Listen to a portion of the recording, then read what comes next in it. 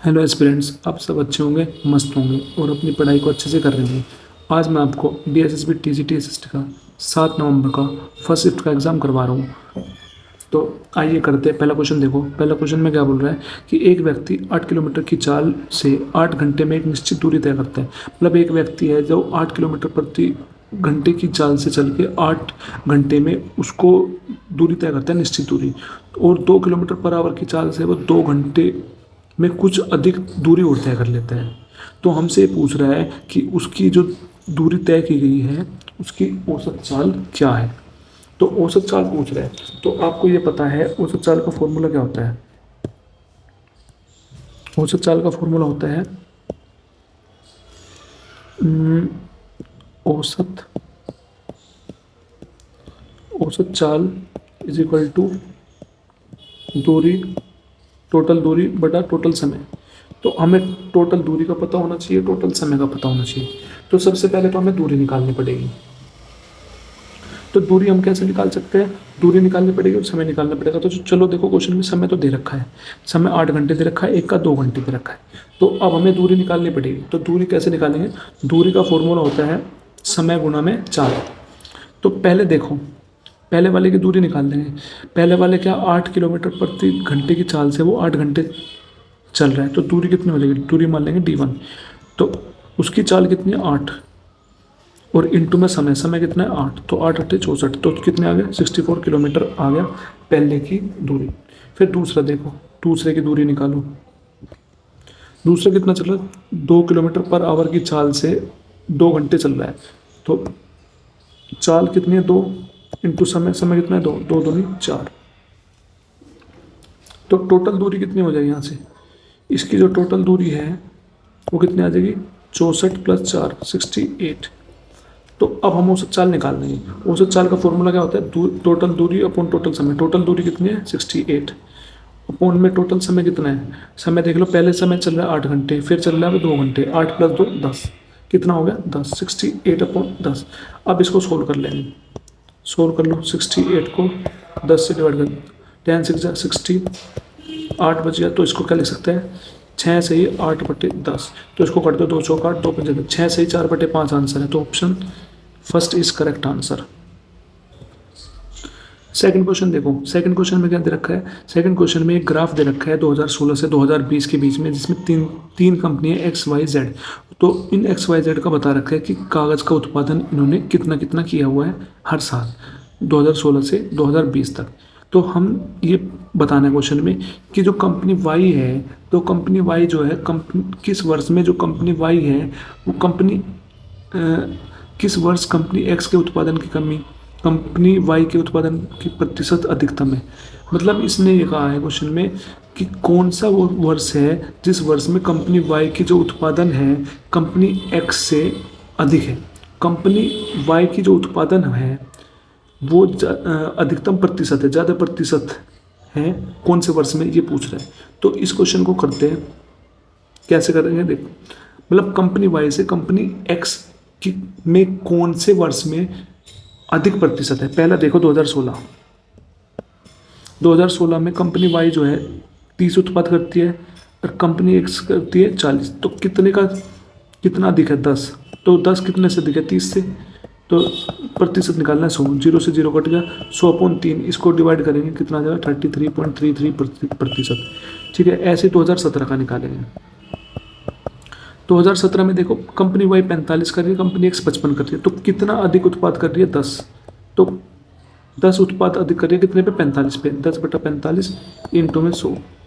इसको सोल्व करेंगे। इसको सोल्व करने के बाद हमारा आ जाएगा 22.22। कितना आ जाएगा 22.22%। ठीक, फिर इसके बाद 2018 का देख लेंगे। 2018 में देखो, 2018 में 50 से 60 हो रहा है, कंपनी वाई 50 है और कंपनी एक्स जो है 60 है। तो कितने की अधिकतम हो रही है, कितने की अधिकतम हो रहा है 10। 10 जो अधिकतम हो रहा है वो किस पे हो रहा है 50 इंटू 100, काट देंगे 50 दूनी, कितना आ गया 20%। तो ऐसे फिर हम 2019 का निकाल लेंगे।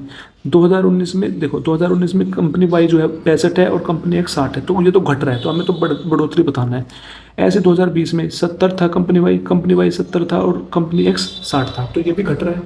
तो मतलब हमें बताना है बढ़ते हुए, मतलब कितने प्रतिशत अधिक हुआ प्रतिशत। तो ये तो कम हो रहा है, तो इसका तो निकालने की जरूरत नहीं है। अब इसमें देख लो सबसे ज़्यादा किसका है। पहले वाले 2016 में 33%, दूसरे में 2022% और 2018 में 10%। किस में ज़्यादा है? 2016 में। तो option first is correct answer. ठीक है। थर्ड क्वेश्चन देखो, थर्ड क्वेश्चन में क्या बोल रहा है। थर्ड क्वेश्चन में बोल रहा है कि इन्होंने जो है 98,200 जो है 98,200 अमाउंट जो है उन्होंने जमा करी है। किस रेट से, किस ब्याज रेट की दर से? 7% ब्याज की दर से 2 साल के लिए। तो हमसे पूछ रहा है चक्रवर्ती ब्याज और साधारण ब्याज का अंतर क्या होगा। चक्रवर्ती ब्याज और साधारण ब्याज का अंतर बताना है। तो आपको सीधा पता है चक्रवर्ती ब्याज और साधारण ब्याज का एक फॉर्मूला होता है, CI minus SI is equal to PR/100 का स्क्वायर। P क्या है? प्रिंसिपल है, वो कितना है? 98,200 इंटू रेट कितना है? 7%। तो 7 इंटू 7 अपॉन 100 इंटू 100। 2 0 से 2 0 कट गया। अब हम मल्टीप्लाई कर लेंगे। 982 की 7 7 से 49, 49 में कर लो। 9 2 18 हासिल लगाएगा, 9 8 से 72, 73 7 हासिल लगे, 9 9 से 81, 81 88। तो ऐसे अब कर लेंगे 4 से। 4 2 से 8, 4 8 से 32, 3 ऊपर, 4 9 से 36, 39, 8 8 3 11 हासिल लगाएगा, 2 10 11 हासिल लगाएगा, 9 8 17 18 1। कितना आ गया? 48118। कितना आ गया?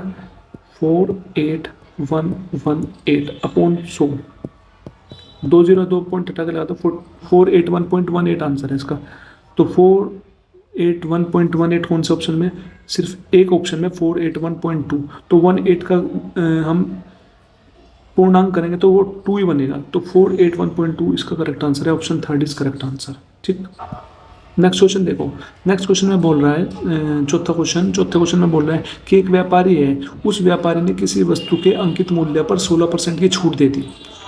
फिर कह रहा है वो 16%, उसे 16% का लाभ कमाना है। तो 16% लाभ कमाने के लिए उसे उस वस्तु पर का जो क्रय मूल्य है उसको कितना प्रतिशत बढ़ाना पड़े। मतलब क्वेश्चन को दोबारा समझो। क्वेश्चन में कह रहा है कि एक व्यापारी है, उस व्यापारी ने किसी वस्तु के अंकित मूल्य पर 16% की क्या दी? छूट दी। फिर उसने कहा है कि उसने जो है 16% लाभ अर्जित करने के लिए उस व्यक्ति को 16% का लाभ अर्जित करना है उसे। तो वो 16% का लाभ अर्जित करने के लिए उसे क्रय मूल्य में कितने प्रतिशत अधिक करना, क्रय मूल्य तो उसे जो है क्रय मूल्य से कितना प्रतिशत अधिक रखना पड़ेगा अंकित मूल्य को, जिससे 16% का लाभ हो जाए। समझे क्वेश्चन को? क्वेश्चन कह रहा है कि एक व्यापारी है, उसकी कोई वस्तु है, उस पर जो वस्तु है उसका जो अंकित मूल्य है उस पर उसने 16% की छूट दी थी। फिर ये कह रहा है कि जो भी उसका क्रय मूल्य है, तो क्रय मूल्य को हमें कितना प्रतिशत, क्रय मूल्य जो है अंकित मूल्य, क्रय मूल्य जो है कितना प्रतिशत इन्हें बढ़ाना चाहिए अंकित मूल्य से। देखो मतलब इस क्वेश्चन को दोबारा देखो। इस क्वेश्चन में कह रहा है कि एक व्यापारी है, उस व्यापारी की जो वस्तु है उसके अंकित मूल्य पर 16% की छूट दी।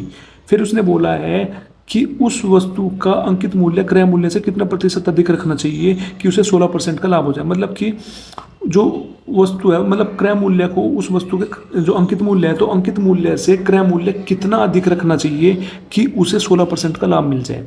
अब समझ आया वो क्वेश्चन? अब देखते हैं। एक तरफ पहले क्वेश्चन में क्या बोला है? पहले बोला है कि अंकित मूल्य पर 16% की छूट देती। तो हमने एक तरफ लिख लिया अंकित मूल्य मार्क प्राइस, एक तरफ लिख लिया सेलिंग प्राइस। तो अंकित मूल्य पर छूट दी है तो वो मतलब कहीं ना कहीं छूट दे के वो चीज़ बेची होगी।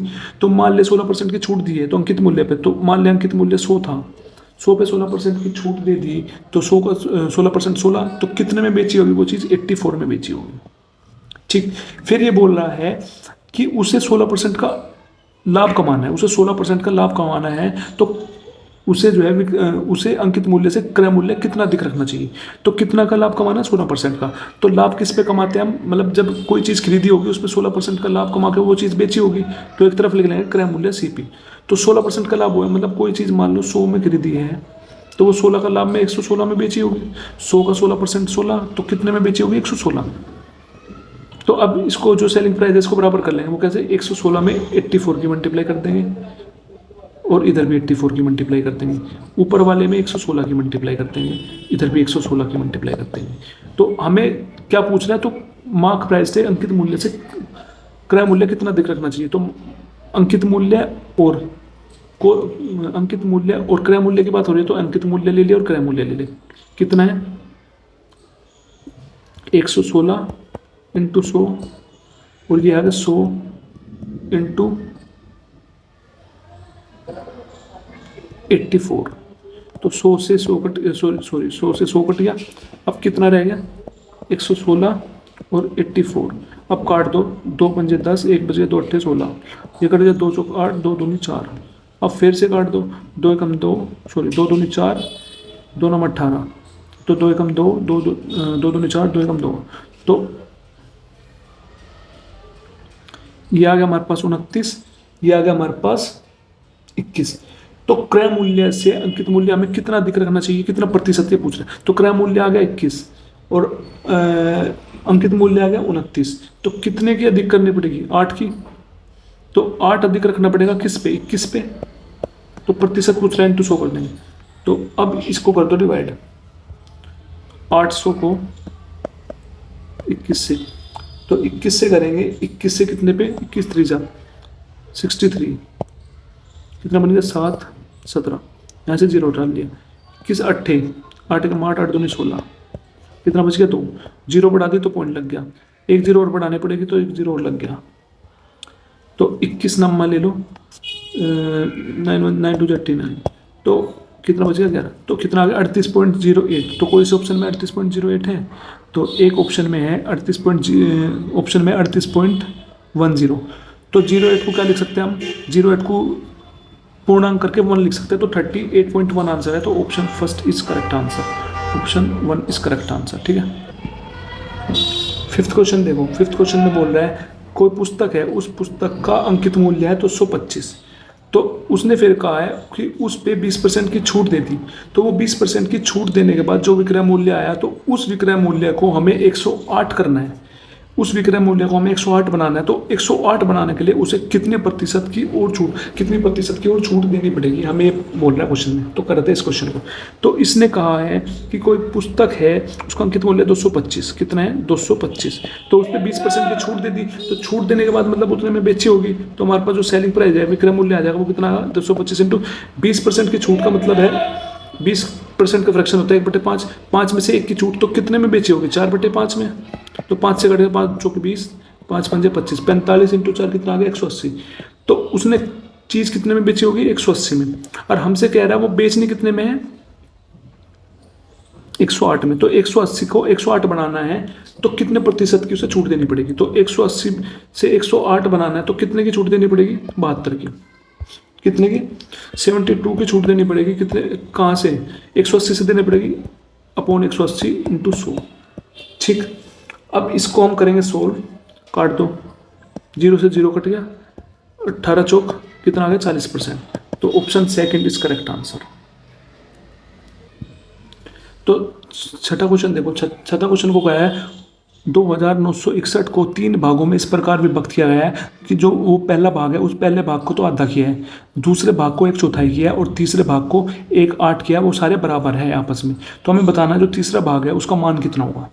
तो क्वेश्चन में देखो क्या बताया, 3 भाग बनाए हैं 2967 के।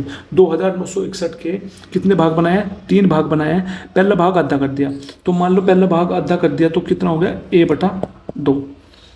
दूसरा भाग जो है 1/4 कर दिया, तो दूसरा भाग हो जाएगा b/4। और तीसरा भाग क्या है 1/8 कर दिया, तो c/8। सारे बराबर है, इजिकल टू लगा दे। फिर ये पूछ रहा है तो तीसरा जो भाग है उसकी वैल्यू क्या होगी, तो c/8 की वैल्यू बतानी है। अब आपको पता है जब भी इसका जो अलग अलग भागों में बांटे सारे भाग बराबर होते हैं, तो इनका जो अनुपात है सेम हो जाता है। तो a/b/c कितना हो जाएगा 2/4/8। ठीक है, तो यहाँ से ये हो गया। अब देखो जो तीनों भागों को विभक्त किया गया था वो कितना, तीनों भागों को कितने में, 3 भाग में विभाजित किया था किसको 2961 को। और तीनों भाग की वैल्यू कितनी 8 4 12 2 14।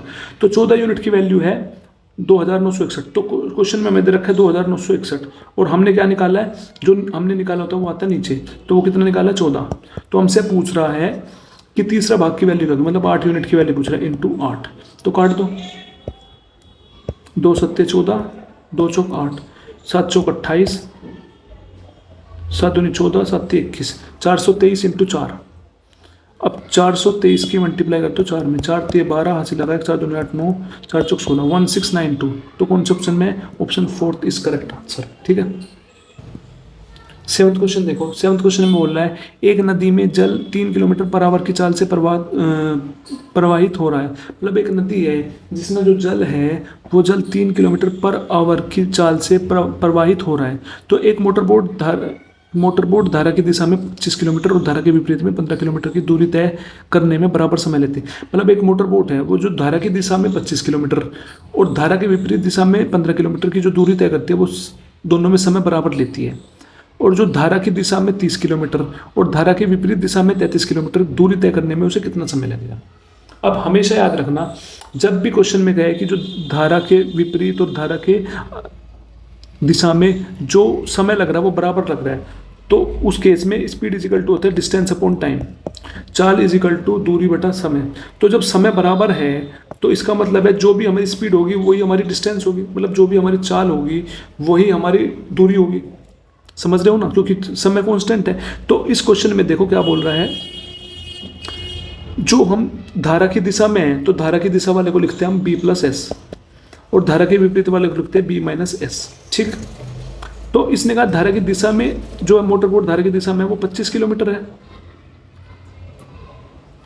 और जो धारा के विपरीत है वो 15 किलोमीटर है। क्या है वो? ये दूरी है हमारे पास। जब दूरी है, जो जितनी दूरी होगी वही हमारी चाल होगी।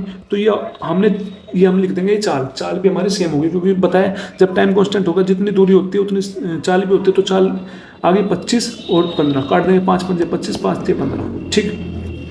अब क्या करेंगे, यहाँ से हम इसकी वैल्यू निकाल देंगे, एस की वैल्यू निकाल देंगे, क्योंकि हमें जो है एस क्या है हमारे पास, एस हमारे पास जल की चाल है। तो एस की वैल्यू निकाल दें। वो कैसे निकालेंगे, इनको माइनस करके डिवाइड कर दो 2 से, 5 माइनस 3 2, 2 को डिवाइड कर दो 2 से 1। तो जो जल की प्रवाह की जो चाल आ गई वो 1 आ गई। और क्वेश्चन में दे रखा है जो जल की प्रवाह है वो कितनी है, 3 है। तो 1 यूनिट की वैल्यू आ गई 3। जब 1 यूनिट की वैल्यू 3 आ गई तो यहाँ से 5 यूनिट की वैल्यू कितनी आ गई, 5 तिया 15। यहाँ से 3 यूनिट की वैल्यू तो आ जाएगी 3 तिया 9। ठीक। अब क्वेश्चन में बोल रहा है देखो, अब हमें समय निकालना है। तो धारा की दिशा में 30 किलोमीटर से जा रहा है, तो धारा की दिशा में जा रहा है तो b प्लस एस की वैल्यू 5 है। तो 20 बटा रुको 1 मिनट, हाँ ये कहा इसने धारा की दिशा में 30 किलोमीटर चल रहा है। तो धारा की दिशा में 30 किलोमीटर, 30 बटा धारा की दिशा में कितनी है 15, प्लस फिर इसने बोला है धारा के विपरीत में 33 किलोमीटर जा रहा है। तो 33 अपॉन में इस टाइम कितना 9। ठीक। तो इसने बताना कितना समय लगेगा, समय निकालना है, निकल जाएगा। अब इसका ले लेंगे एलसीएम, एलसीएम आ जाएगा 45। तो 15 की कितने में मल्टीप्लाई करें, 45 बन जाए 3 में, तो 30 तिया 90 प्लस 9 की कितने में मल्टीप्लाई करें, 45 बन जाए 5 से। 33 इंटू 5 कितना बन जाएगा, 33 इंटू 5 बन जाएगा 165। तो 165 प्लस 90 तो 155, तो 155 अपॉन 15। अब इसको हम काट देंगे, 225 को 15 से डिवाइड करो, कितना आएगा 225 ही है ना, सॉरी 255, 255 है। 215 को 45 से करना है, सॉरी 45 है, पहले से काट लो, 45 है काट लो 5 से, 5 चौक 20, 2 बज गया 5 चौक 20, 2 बज गया 5 पंजे 25, ये कट जाएगा 5 नाम 45, 5 नाम 45। ठीक है। अब ये कट जाएगा 9 5 जा 45, कितना, ये तो पूरा कट गया, सॉरी 255 है ये, 255 25 लिख दिया, 255 अपॉन 45। अब काट दो 5 नाम 45, 5 पंजे 25, 5 से कम 5। अब 51 को 5 से डिवाइड कर दो, 51 को 5 से डिवाइड कर दो, 51 ही है ना, सो 51 को 9 से करना है, सॉरी पता नहीं क्या हो रहा है, 51 को 9 से, 9 5 जा 45, तो कितना बच गया 6, तो मतलब 5 घंटे 5 आवर तो पूरा आ गया। अब जो 6 है, इस 6 को हमें मिनट में बदलना पड़ेगा, क्योंकि ये किस में है, ये है हमारे घंटे में ही है, मतलब ये 5.6 है ना, इसको भी उसमें बदलना पड़ेगा। 1 मिनट रुको, इसको डिवाइड कर लो पहले।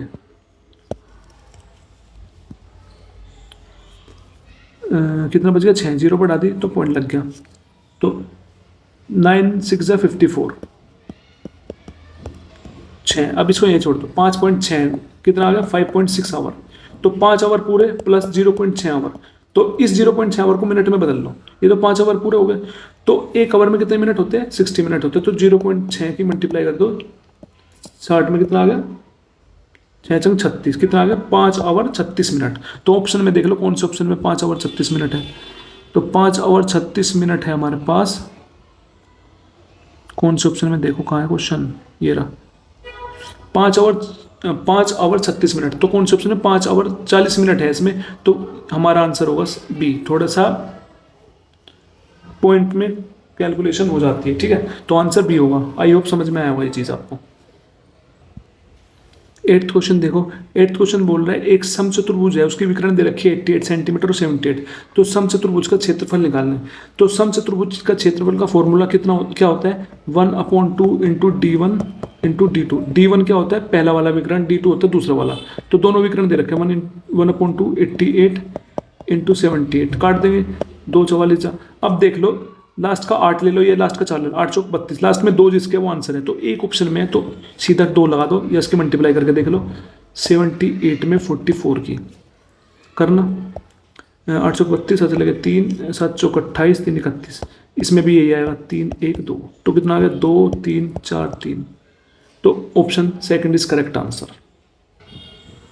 9th क्वेश्चन देखो, 9th क्वेश्चन में दे रखा है यदि एक लंबवृत्तीय शंकु है, उसकी त्रिज्या और ऊंचाई दोनों जो है 10% से बढ़ रही है, 10% से वृद्धि कर रही है, मतलब एक लंबवृत्तीय शंकु है जिसकी त्रिज्या और ऊंचाई जो है 10%, दोनों की 10% की वृद्धि की जा रही है उसमें, तो उसका आयतन कितना बढ़ा है वो बताना है। तो किसी भी शंकु के आयतन का फॉर्मूला क्या होता है 1/3 पाई r² h, ये होता है। तो इसने 10% से वृद्धि कर रहा है, उसकी त्रिज्या भी और उसका ऊंचाई भी, ठीक है। तो 1/3 कॉन्स्टेंट है, इससे कोई फर्क नहीं पड़ना, पाई कॉन्स्टेंट है, इससे कोई फर्क नहीं पड़ना, फर्क पड़ना है r² h से, ठीक है। r², इसको मतलब मान लेंगे पहले स्टार्टिंग में था r1² h1, तो फिर ये बढ़ के कितना हो जाएगा r2² h2, ठीक है। तो 10% से वृद्धि कर रहा है, तो 10% की फ्रैक्शन होती है 1/10। तो पहले साल का जो इसकी त्रिज्या है वो त्रिज्या कितनी है r², तो त्रिज्या कितनी होगी 10% बढ़ी है, तो 10 से 11 हो जाएगी, तो 10 का मतलब है 10 × 10, ये हो जाएगी 11 × 11। फिर इसने कहा उसकी जो हाइट है ऊंचाई है वो भी 10% बढ़ रही है, तो उसकी हाइट जो है 10 से कितनी हो जाएगी 11, तो कितनी बन गई 10 × 10 × 10 1000, तो 11 × 11 × 11 1331। तो ये पूछ रहा है कितने % की वृद्धि हुई है, ये पूछ रहा है, तो 1000 से 1331 हो गया, तो कितने की वृद्धि हुई 331 की, 331 की, तो 331 की जो वृद्धि हुई किस पे हुई 1000 पे, अपॉन 1000% निकाल लिया इंटू 100, 2 0 से 2 0 कट गया, एक पॉइंट लग गया, तो कितना आ गया 33.1%, कितना आ गया 33.1% इस करेक्ट आंसर।